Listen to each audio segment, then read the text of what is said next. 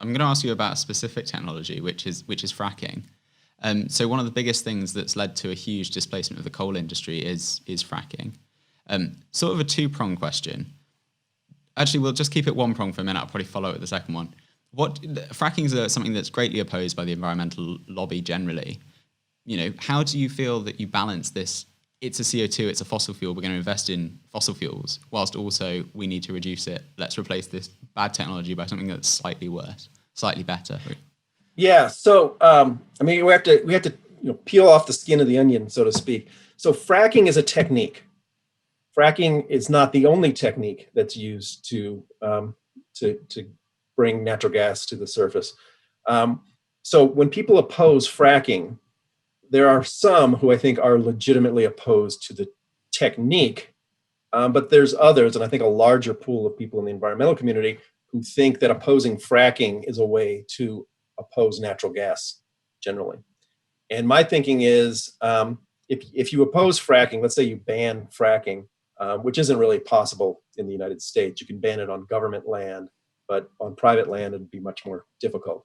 But let's say you were to ban it, then what would happen is we would go back to earlier technologies that are less efficient and cost more because we still need natural gas. So if the goal actually is to ban natural gas, then this is something that the environmental community should come out and say quite explicitly. Right. So for example, Berkeley, California, has banned the building of new natural gas lines in new homes. So if the goal is to get us off natural gas, then sure, advocate for banning it. But if you're banning fracking to try to get rid of natural gas, all you're doing is squeezing the balloon and the air will just go somewhere else. Right. And then the second prong of that question, which is how big of an influence do you think politicians have on the direction of an issue, take climate change, take energy policy? So Trump was incredibly pro coal. The whole thing was we'll save coal jobs. And there's been the biggest decline, I think, for ages of the coal industry under Trump, because of innovation in fracking and so forth. And I remember there was a moment where there were various moments when Obama said things on hurricanes, and you said, "Oh, I don't really mind what President Obama said." Yeah. So I'll give you two answers as a political scientist. One is that, of course, politicians are enormously influential on the direction that's taken. In the 1970s in the United States, there was a belief that we were about to run out of natural gas, that we were going to be in crisis. Yeah. So at the time, legislation was passed that meant that all new power plants that were burning natural gas had to be able to be converted to coal, just in case, because we have enough coal to last a bazillion years. Yeah. It turns out that has, over a very long time, facilitated actually coal disappearing, because now they can shift to natural gas. That was an unintended consequence.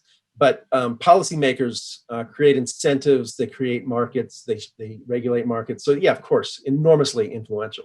At the same time, there's a class of issues that I would put much more in the symbolic, the more classically political.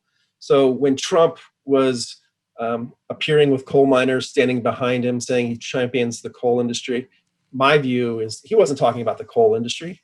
He was saying, hey, you ordinary Americans, just with high school degrees, I'm with you. Right. I got your back.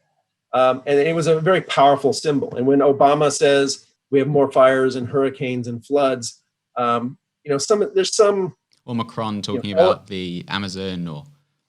Yeah, there's some elements of, of course, of scientific reality there, but there's also some overstepping. And, he's not saying anything other than, hey, environmentalists and climate campaigners, I'm with you. I'm on your side. Same thing. And that's the part and parcel of politics, and it's fine. The problem is when politicians use their platform to actually advocate for things that can have a negative effect. So Trump saying, inject yourself with bleach, not a good idea. Not a good idea. That can be, go from the symbolic to the real world pretty